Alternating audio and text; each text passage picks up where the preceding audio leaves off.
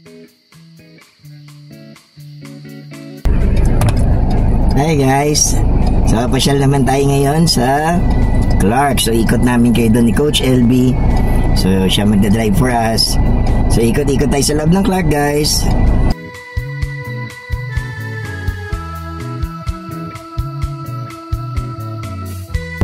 Hi guys, so unang destination natin is Airport City. So doon tayo papasyal. So may magandang park doon, tsaka isang cafe na maganda. Hi Coach LB. Ayan, so siya nagdadrive. So nandito na tayo sa loob ng Clark. See you there. Oh, napakaganda dito sa Clark guys, di ba? Ayan, para ka nga sa US of A. Napakaganda dito. And din dito rin sinusunod ang batas. Kasi yung batas dito ini-implement. Kaya kita mo lahat 60 lang yung takbo, sumusunod sa speed limit. Okay guys. So yan na guys, malapit na tayo. Yan, nandito na tayo sa Airport City ng Clark, Pampanga. Airport City pala, sorry, airport. Yan, Airport City. Ayan, ganda diba? Ayan, ito naman yung mga parking park guys. Ayan, may mga signal na dyan. And walk around, pwede ka mag-jogging, pwede ka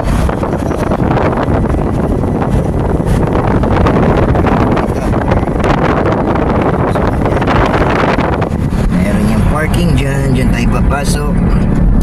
Ayan, ayan guys, meron tong malaking parking.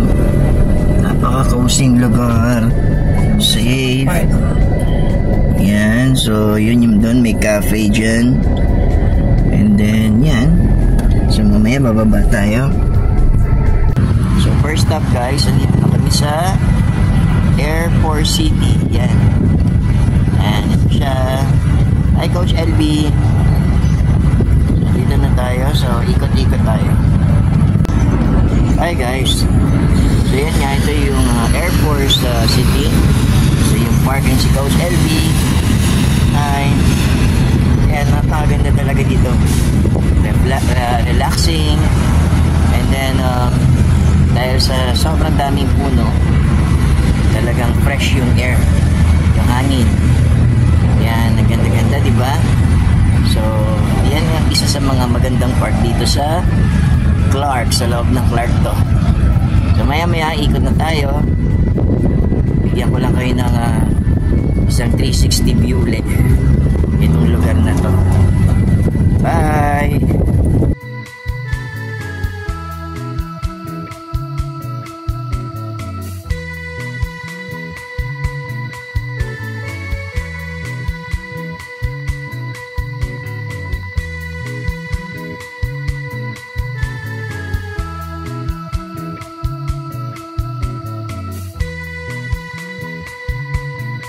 Okay guys, so pupunta naman tayo ngayon doon sa paborito naming laging tambayan ni Coach LV na park. So malapit yun sa Mabalacat exit. So ayan, punta tayo doon ngayon guys.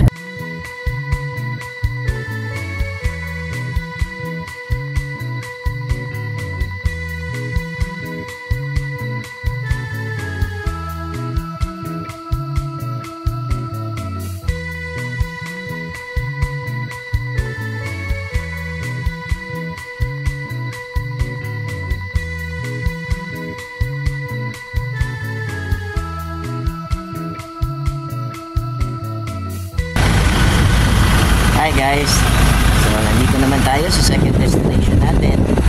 Ito yung park na malapit dito sa exit ng Mabalacat. Hindi ko lang alam yung pangalan niya, pero dito kami madalas nila Coach LB, nag-picnic kami dito. And then yan, nag-walk kami ng mga dogs dito. Ayan, ang daming puno, diba? Ayan, and then may mga tables din dito guys. Ayan, so sa parking. So, meron dito mga tables. And then, may mga barbecue area din. And then, dyan sa likod ko, makikita nyo, meron din dyan CR. Ayun, o. So, may CR. And then, mahaba yan. May park pa doon, yung mga parang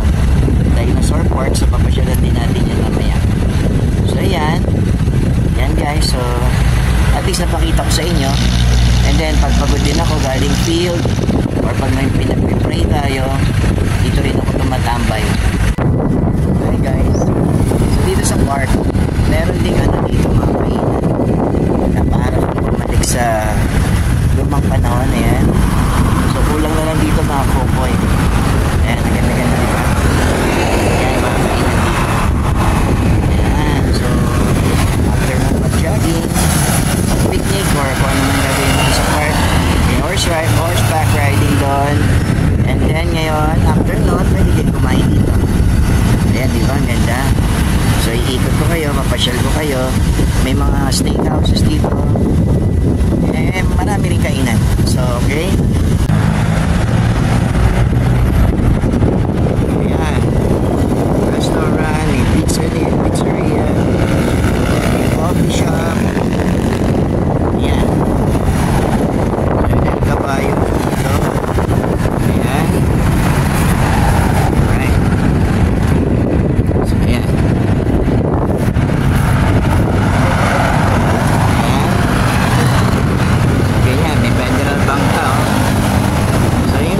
Is El Cabay.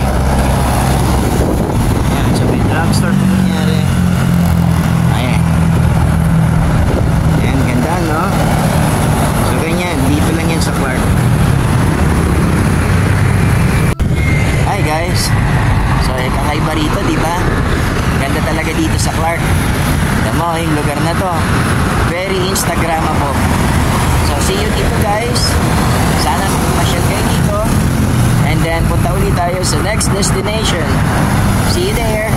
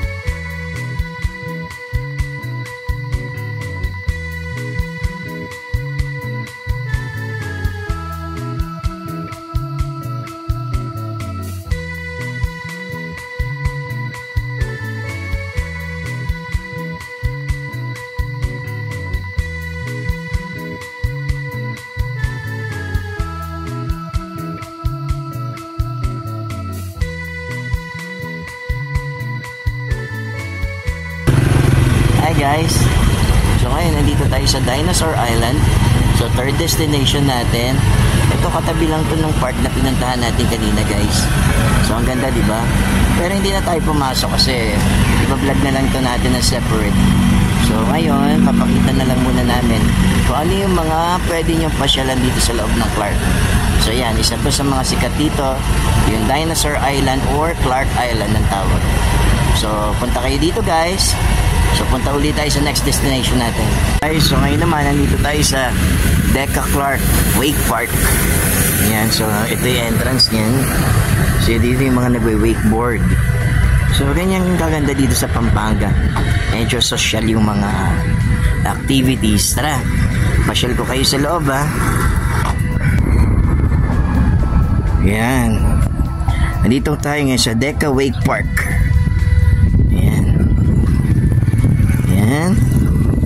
So ito yung Deca Clark. So ito si Kuya. Hi Kuya. So siya yung yan ha. Kuya, ikot lang kami para malaman nila kung anong meron dito.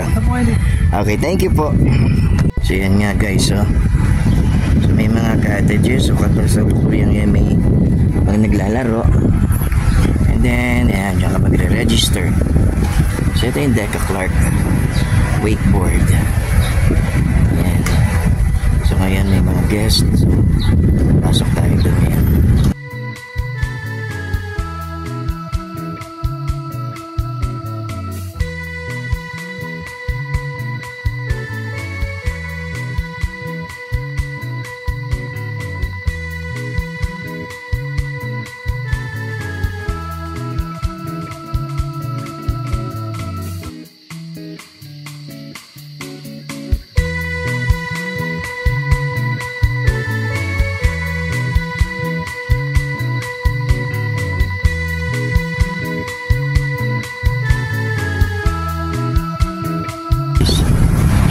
balik na lang tayo dito next time.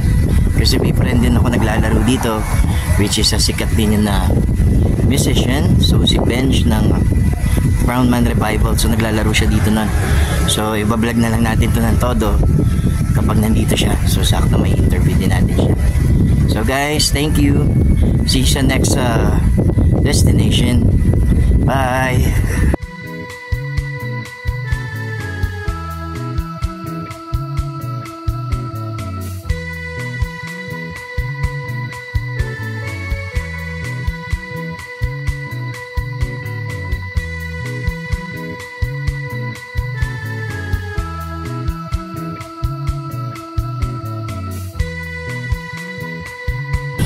Hi guys! So dito naman tayo sa Speedway. So dito tayo sa Clark International Speedway. So ito is a racing circuit. Dito lang to sa Clark guys. So tingnan mo. Yan ang Clark kung sa kumpleto. Pati pang international activities, racing, everything. Ayan o. So yung landmark niya, yung tower na yan. And then of course yung nasa likod ko. Yan. Yung racing ring nila. Yan. So guys, so sana makapasyal din kayo dito. So for now, walang event. So wala naman tayong makikita. Pero may video rin natin konti. So yan. So ito sa Clark International Speedway. Bye!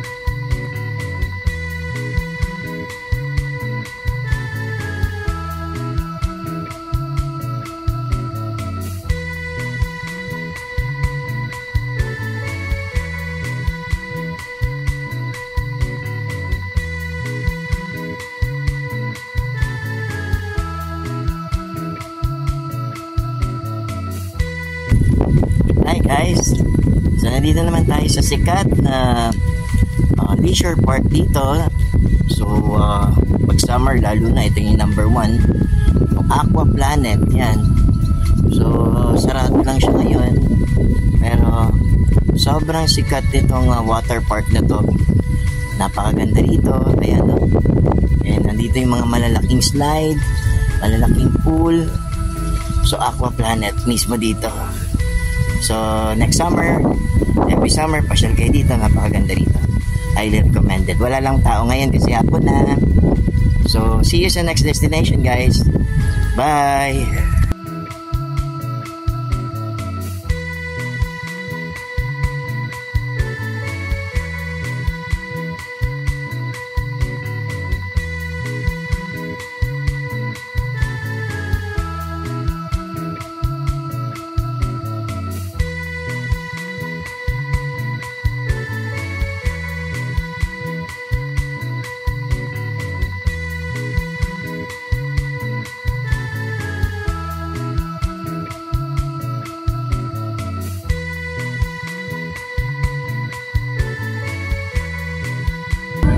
Hi guys, so ito yung last destination natin for now. So ito yung sikat na oval dito sa Clark. Ayan, napakalaki niya. And then napakarami na buhok, jog. So napaka ganda rito guys. Ayan.